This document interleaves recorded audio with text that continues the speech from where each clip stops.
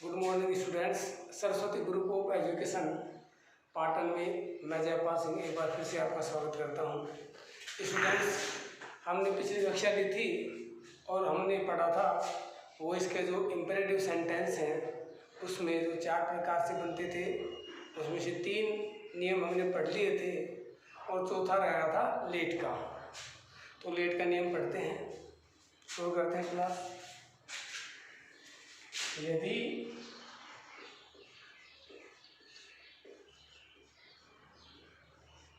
वाक्य लेट से शुरू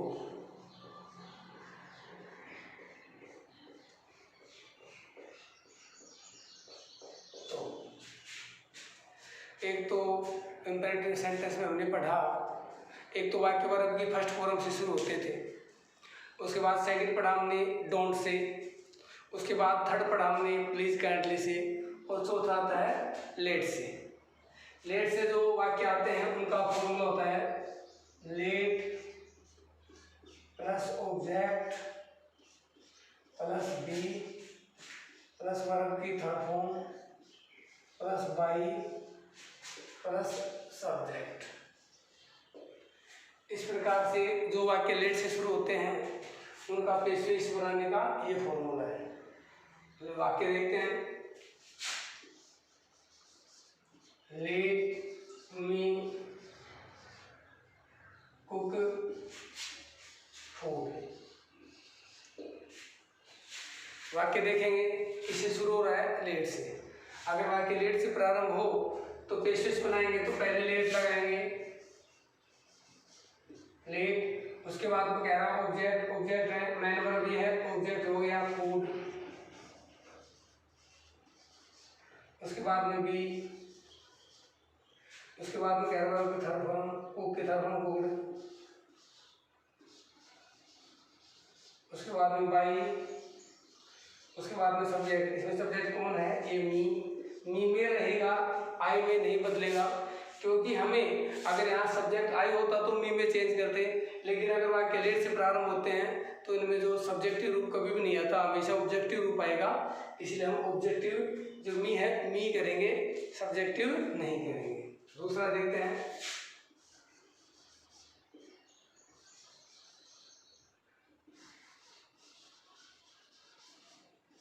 late us play cricket.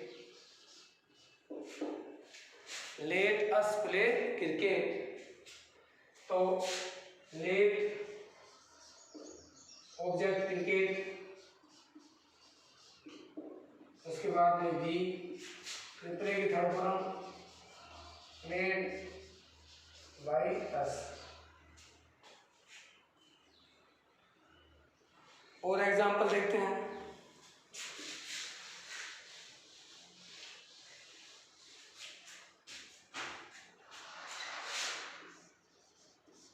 Late me write a letter. Let me write a letter, तो वही पेशविस let plus object a letter,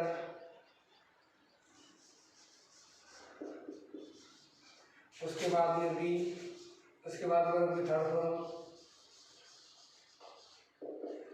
उसके बाद बाई, उसके बाद subject me. Let a letter be written by me. इस प्रकार से जो लेट से वाक्य शुरू होते थे उनकी पेशवेश ये बनते हैं। इस प्रकार से स्टूडेंट्स, हमने जो पेशवेश का टॉपिक शुरू किया था वो आज ये टॉपिक कंप्लीट हो गया यहाँ। इसके लगभग 11-12 रूल हो गए, इनको मिलाकर 6-7 हमने पहले पढ़ लिए थे, 4 हमने ये पढ़ लिए। इस प्रकार से 11 नियम हो गए। अगर हमें ये नियम याद रहेंगे तो एग्जाम में हम 2 नंबर प्राप्त कर सकते हैं। अब नया टॉपिक शुरू करेंगे, नरेशन।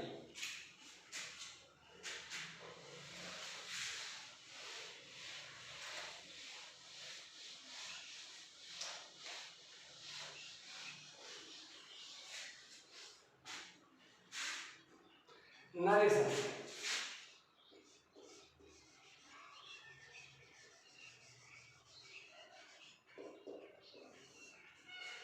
नरेशन का शाब्दिक अर्थ होता है कथन। कथन दो प्रकार का होता है, प्रत्यक्ष और अप्रत्यक्ष। प्रत्यक्ष को हम कहते हैं डायरेक्ट और अप्रत्यक्ष को क्या कहते हैं इनडायरेक्ट। इसलिए नरेशन है, इसके दो प्रकार हो गए। पहला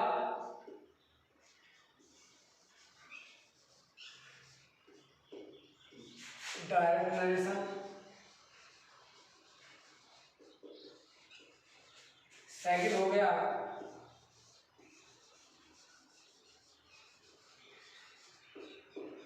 इनडायरेक्ट नरेशन।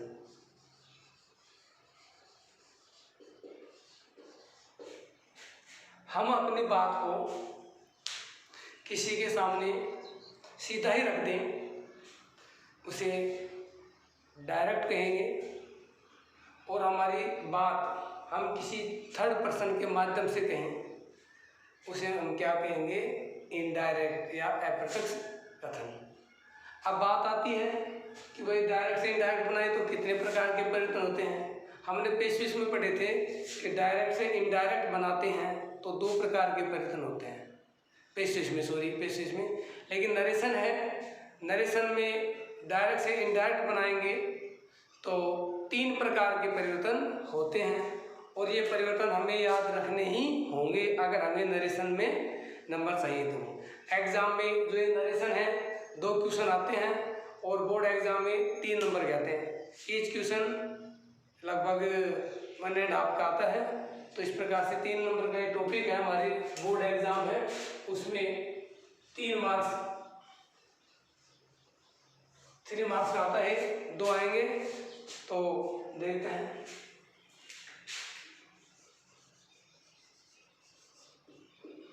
डायरेक्ट से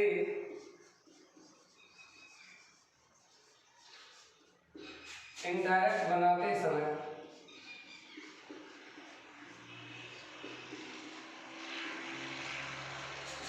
मुख्यतः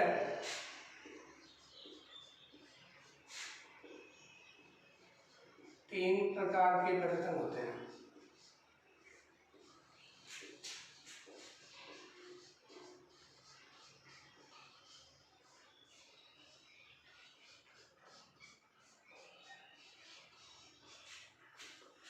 तीन प्रकार के परिवर्तन होते हैं। पहला टेन संबंधी,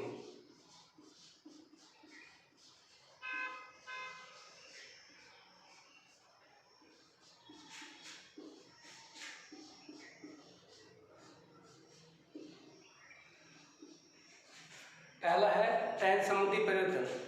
पेशवेश में भी होता था, नरेशन में होगा, लेकिन अलग अलग होंगे। टेन संबंधी परिवर्तन वर्ब की फर्स्ट फॉर्म हो या डू डज हो।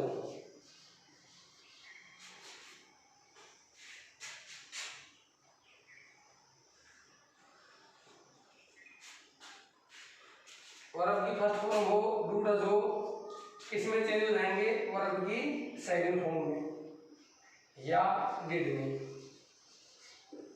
याद रखना इस बात को कि एग्जाम में अगर हमारे वाक्य में डायरेक्ट में फर्स्ट फॉर्म हो तो सेकंड फॉर्म में हो जाएगा, अगर डू और डज हो तो सेकंड फॉर्म में, लेकिन अगर डू नॉट और डज नॉट हो तो डिड नॉट में होगा, सेकंड फॉर्म में नहीं होगा। इस बात को ध्यान रखें। उसके बाद में आता है इजनेमाद। ये हो जाएंगे बाद में।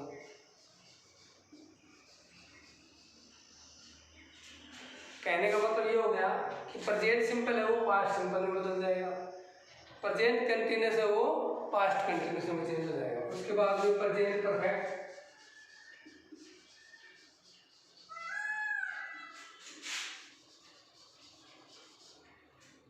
प्रेजेंट परफेक्ट पास्ट परफेक्ट में। उसके बाद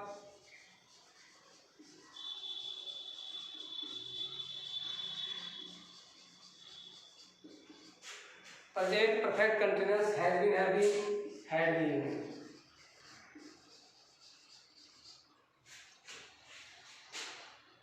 याद करने का सिंपल तरीका है कि प्रेजेंट के जो चारों टेंस हैं वो पास्ट के टेंस में बदल जाएंगे।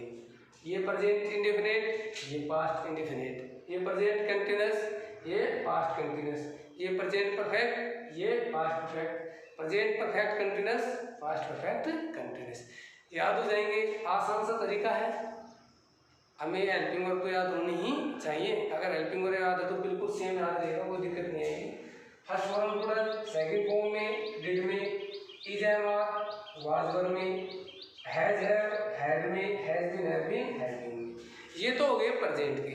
अब टेंस आता है पास्ट। पास्ट टेंस में पहले क्या आता है, वर्ब की सेकंड फॉर्म हो या डिड हो।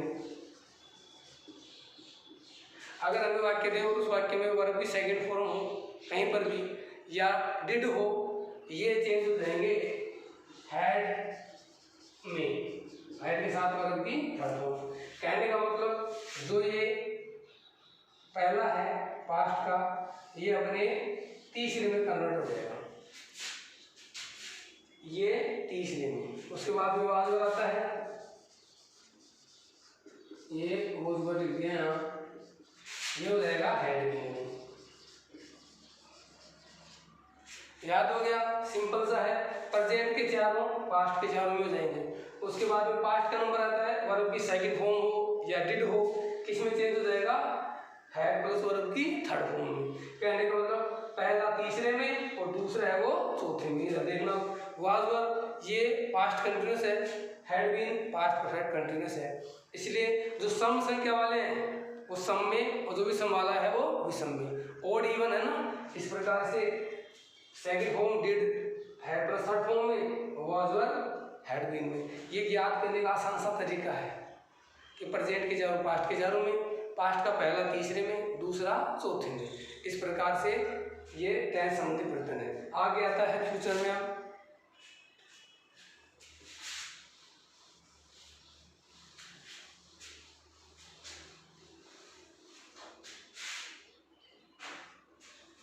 सेल, सेल शुड में बदल जाएगा, ये तो वैसे याद रख जाएंगे। विल वुड में बदल जाएगा, कैन कुड में बदल जाएगा, और जो में है वो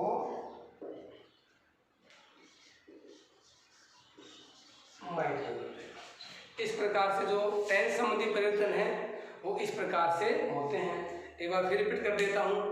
first form do does, second form did में, is am are was were में, हैज हैव हैड में, has been have been had been में।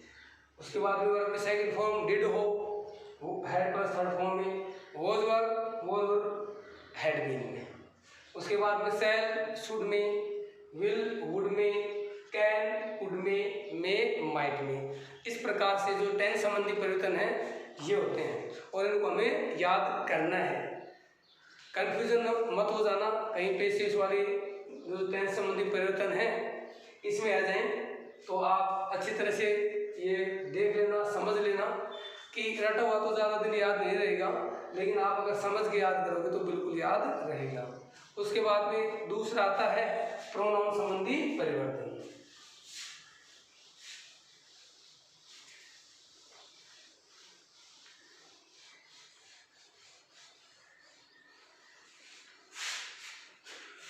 दूसरा आता है प्रोनाउन संबंधी परिवर्तन।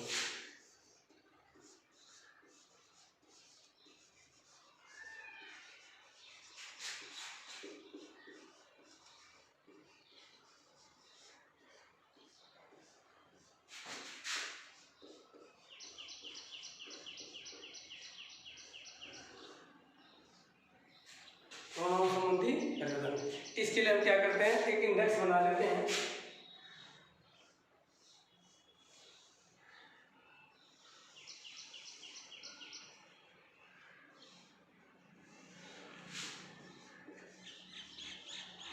पर्सन, ये सब्जेक्टिव, ए पॉजिटिव, ए ऑब्जेक्टिव। एक और आता है लेकिन एग्जाम में वो क्या है, काम नहीं आता है, बहुत कम काम आता है, इसलिए उसको हम ऐसे डिलीट कर रहे हैं।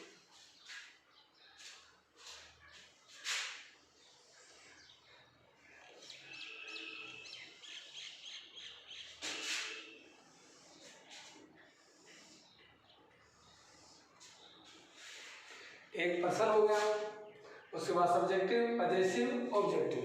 इस प्रकार से अब फर्स्ट पर्सन लेते हैं। जैसे हिंदी में पर्सन 3 होते हैं, उसी प्रकार अंग्रेजी में 3 पर्सन होते हैं, फर्स्ट पर्सन, सेकंड पर्सन और थर्ड पर्सन। फर्स्ट पर्सन में वो आते हैं जो करता है, जो कहने वाला है वो खुद के लिए कहे, उन शब्दों का इस्तेमाल खुद के लिए कहे करे। अब इसमें 2 होते हैं, एक तो सिंगुलर होते हैं, इसमें आता है आई, माई, मी। एक होता है फर्स्ट पर्सन में प्लूरल होते हैं, इसमें होता है वी, और अस। इस प्रकार से फर्स्ट पर्सन है, कहने वाला हमेशा इन शब्दों का अपने लिए यूज करता है, मैं, मुझे, मेरा, ठीक है, वी और अस, हम, हमारा, हमें। उसके बाद में सेकंड पर्सन आता है, सेकंड पर्सन में सुनने वाले के लिए,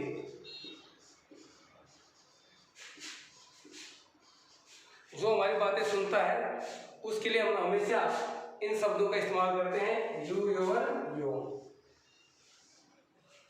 उसके बाद क्या आता है थर्ड पर्सन, इसमें न तो कहने वाले के लिए न सुनने वाले के लिए, बल्कि किसी तीसरे व्यक्ति के बारे में बात की जाए वो थर्ड पर्सन कहलाता है। थर्ड पर्सन में ही आता है पहले, ही, हिज, हिम, सी,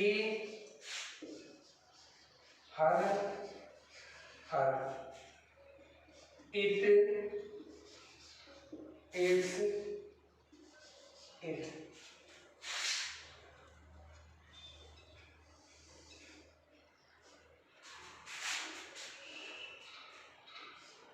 और इन सब का बहुवचन होता है they, their, them. He, she, it, इनका बहुवचन होता है दे। ही, हिज, हर, इट्स, इसका बहुवचन होता है देयर। हिम, हर, इट, इसका बहुवचन होता है देम। ठीक है, इस प्रकार से फर्स्ट पर्सन में हो गए आई, माई, मी, वी और अस। सेकंड में हो गए यू, योर, यू। और थर्ड में हो गए he, his, him, she, her, her, it, its, it, they, their, them. इस प्रकार से 3 चेंज हो गए, प्रोनाउन संबंधी परिवर्तन है। इसमें ये 3 प्रकार के पर्सन होते हैं और ये किस प्रकार से चेंज हो गए इनको बताते हैं। इसके लिए एक सूत्र है,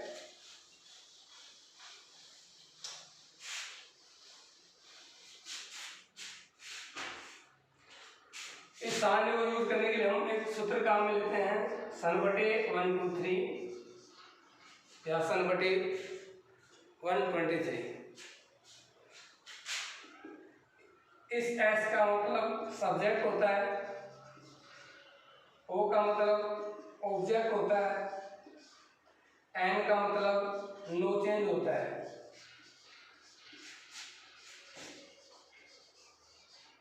एक का मतलब फर्स्ट पर्सन,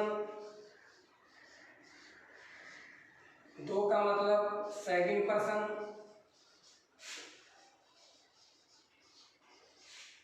और 3 का मतलब थर्ड पर्सन।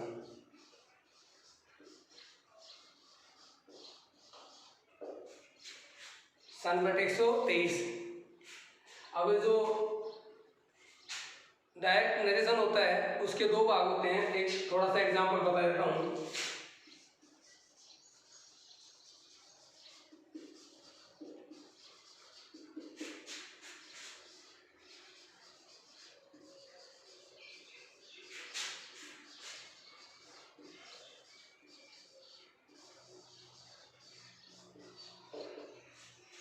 मैंने लिख दिया he said to me I am reading your book. अब जो ये भाग है जो कोमा के बाहर है ये रिपोर्टिंग वर्ब कहलाता है।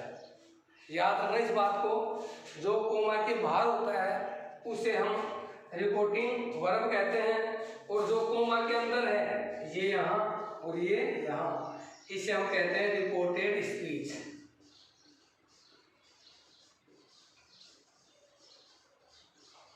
और ये होता है रिपोर्टिंग वर्ब।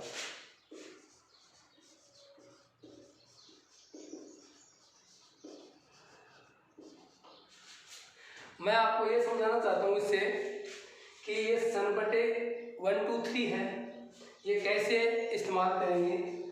जो रिपोर्टेड स्पीच वाक्य है हमारे लिए इधर का जो कोमा के अंदर होता है, इसमें अगर सब्जेक्ट के रूप में फर्स्ट पर्सन हो, आई इधर आई माई मी वी और अस कहीं पर भी, तो वो कहता है कि फर्स्ट पर्सन हमेशा सब्जेक्ट के अनुसार बदलेगा। किस सब्जेक्ट के अनुसार? जो रिपोर्टिंग वर्ब है उसके सब्जेक्ट के अनुसार। अब इसमें देखो ही सेड टू मी, इसमें सब्जेक्ट तो ये है और ऑब्जेक्ट ये है। तो इधर जैसे आई है, आई फर्स्ट पर्सन है और फर्स्ट पर्सन किसके आधार पे? सब्जेक्ट के आधार पे। तो सब्जेक्ट कौन है? ही। तो जो आई है वो ही में चेंज हो जाएगा। उसके बाद में कह रहा है कि सेकंड पर्सन हो, इस साइड में जैसे सेकंड पर्सन क्या है? यूअर है, सेकंड पर्सन है और सेकंड पर्सन हमेशा किसके आधार पर? ओ, ऑब्जेक्ट के अनुसार। ऑब्जेक्ट क्या है? मी। जैसे यूअर है, यू योवर सेकंड में है, सेकंड पोजीशन में है। इसी प्रकार मी की सेकंड पोजीशन क्या होगी? आई माई। आई माई मी होती है तो आई की सेकंड पोजीशन क्या होगी? माई। प्रोनाउन की जो पोजीशन होती है उसमें माई आ गया। तो इस प्रकार से यूअर किसमें चेंज हो जाएगा? माई में। इस प्रकार ये कह रहा है कि फर्स्ट पर्सन हो, इस साइड में चाहे कितनी बार यूज हो, फर्स्ट पर्सन 5 बार है, चाहे 4 बार है, 3 बार, कितने समय में है, वो हमेशा सब्जेक्ट अनुसार होगा। अगर सेकंड पर्सन आए वो हमेशा ऑब्जेक्ट के अनुसार होगा। यहाँ यू योर यू कहीं भी है तो किसके आधार पर? ऑब्जेक्ट के अनुसार। और ये इसके बाद में जैसे मैं आई को हटा दूं और यहाँ लिख दूं ही और इज। अब ये ही कौन सा पर्सन है? थर्ड पर्सन है, और थर्ड पर्सन है तो ये कह रहा है कि अगर वाक्य में थर्ड पर्सन हो रिपोर्टेड स्पीच में तो एंड और नो चेंज, यानी उसमें किसी प्रकार का बदलाव या किसी प्रकार का परिवर्तन नहीं होगा। That's it son 1 2 3। यही है सन बटे 123, सन बटा 1 2 3। फर्स्ट पर्सन सब्जेक्ट के अनुसार, सेकंड पर्सन ऑब्जेक्ट के अनुसार, third person no change. Change होंगे इधर फर्स्ट पर्सन है सब्जेक्ट के अनुसार, इधर सेकंड पर्सन है रिपोर्टिंग वर्ब के ऑब्जेक्ट के अनुसार, और इधर थर्ड पर्सन है तो उसमें किसी प्रकार का परिवर्तन नहीं होगा। ये आप याद रखना, ये बहुत ही इम्पोर्टेंट है।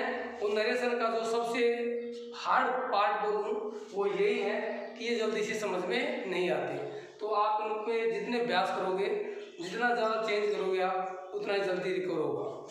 उसके बाद में आता है थर्ड पर्सन। इसमें थर्ड चेंज आता है, 2 परिवर्तन हो गए। पहला हो गया टेंस संबंधी, दूसरा हो गया प्रोनाउन संबंधी, और अब तीसरा जो परिवर्तन है वो टाइम या डिस्टेंस संबंधी।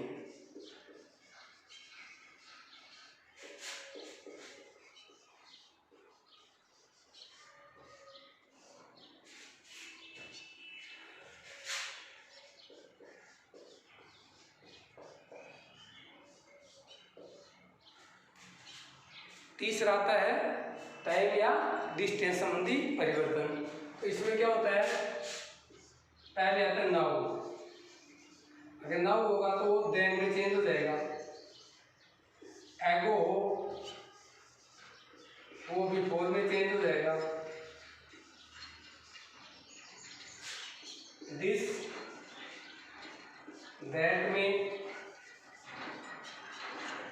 हियर देयर में, these those में,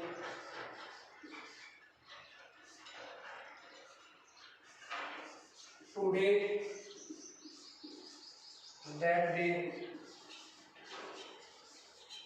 tonight, that night,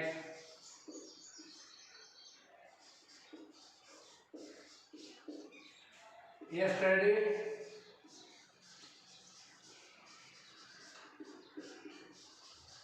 the previous day,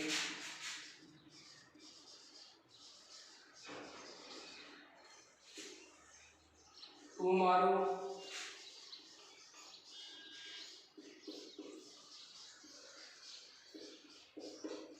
the next day,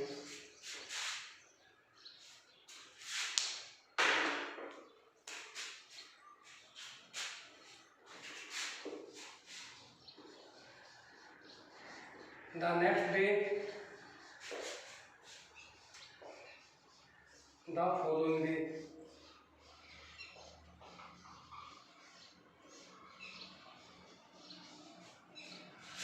और जो लास्ट आता है वो द प्रीवियस में बदल जाएगा।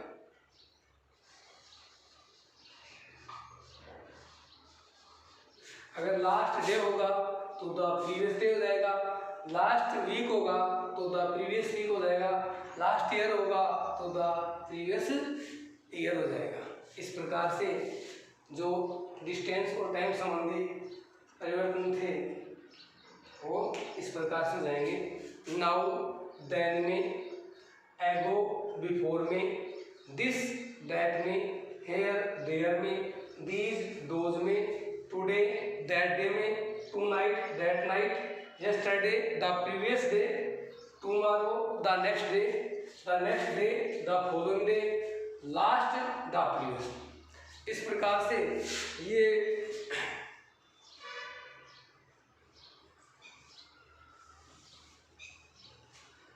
तीन प्रकार के परिवर्तन थे जो आपको मैंने भी बताए हैं। पहला टेंस संबंधी, दूसरा प्रोनाउन संबंधी, और जो थर्ड है वो टाइम या डिस्टेंस संबंधी।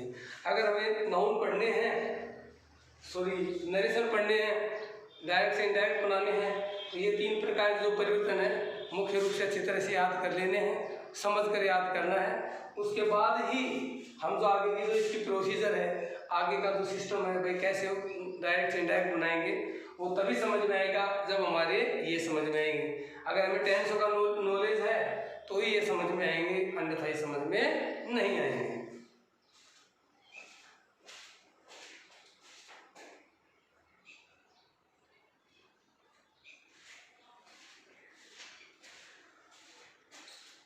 तो स्टूडेंट्स, इस प्रकार से ये तीन प्रकार के परिवर्तन होते हैं।